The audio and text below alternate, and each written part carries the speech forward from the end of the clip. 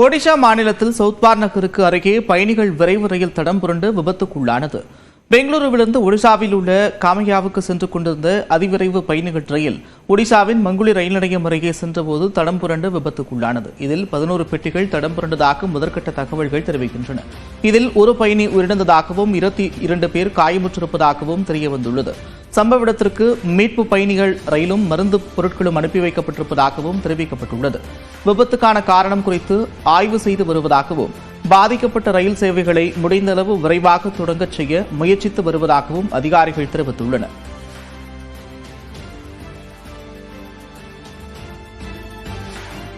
தொடர்ந்து ஒரு நிமிட செய்திகளை பார்க்கலாம்.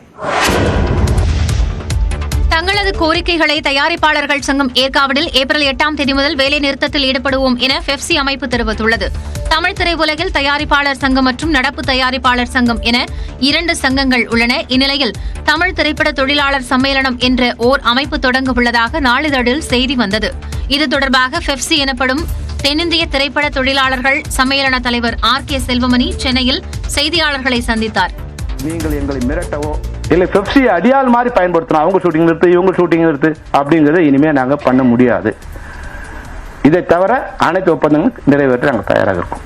ஆனால் எங்களை மிரட்டுறதுக்கு நீங்கள் எங்களை அழிப்பதற்கு நீங்கள் ஒரு படையை உருவாக்குறீங்கன்னா நீங்கள் அந்த அப்ளிகேஷனை 7ஆம் தேதி இஷ்யூ பண்ணீங்கன்னா 8ஆம் தேதியிலிருந்து தமிழ் திரைப்பட தயாரிப்பாளர் சங்க உறுப்பினர்களோடு நாங்கள் பணிபுரிய மாட்டோம். தயாரிப்பாளர்களுக்குள்ளேயே ஒற்றுமை இல்லாத நிலையில் அவர்களை ஒன்றிணைக்காமல் ஒன்றாக இருக்கும் பெப்சி அமைப்பை பிரிக்க எண்ணுவதாகவும் RK செல்வமணி தெரிவித்தார். போஸ்னியாவில் கொட்டிய கனமழையால் 16 பகுதிகளில் அவசர நிலை அறிவிக்கப்பட்டுள்ளது.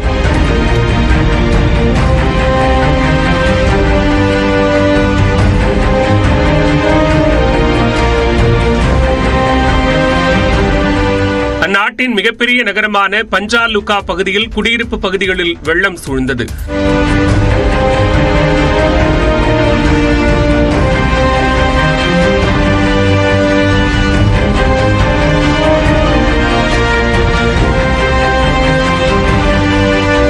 எண்ணூறு கட்டடங்கள் வெள்ளத்தால் பாதிக்கப்பட்ட நிலையில் 145 பேர் பாதுகாப்பான இடங்களுக்கு அப்புறப்படுத்தப்பட்டுள்ளனர்.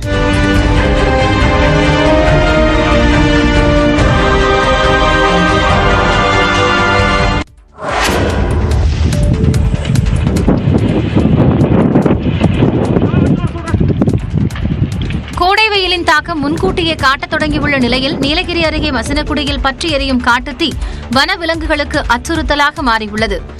ஆற்றக்கரை கிராமத்தை ஒட்டிய வனப்பகுதியில் திடீரென பற்றிய காட்டுத்தீ முதுமலை புலிகள் காப்பகம் வரை பரவி கொழுந்துவிட்டு எரிந்து வருகிறது.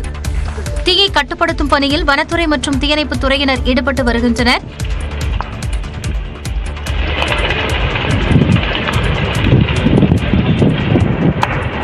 இதேபோல் சேலம் மாவட்டம் மேட்டூர் அருகே வீரக்கல் மலையில் திடீரென காட்டுத்தீ பரவியது.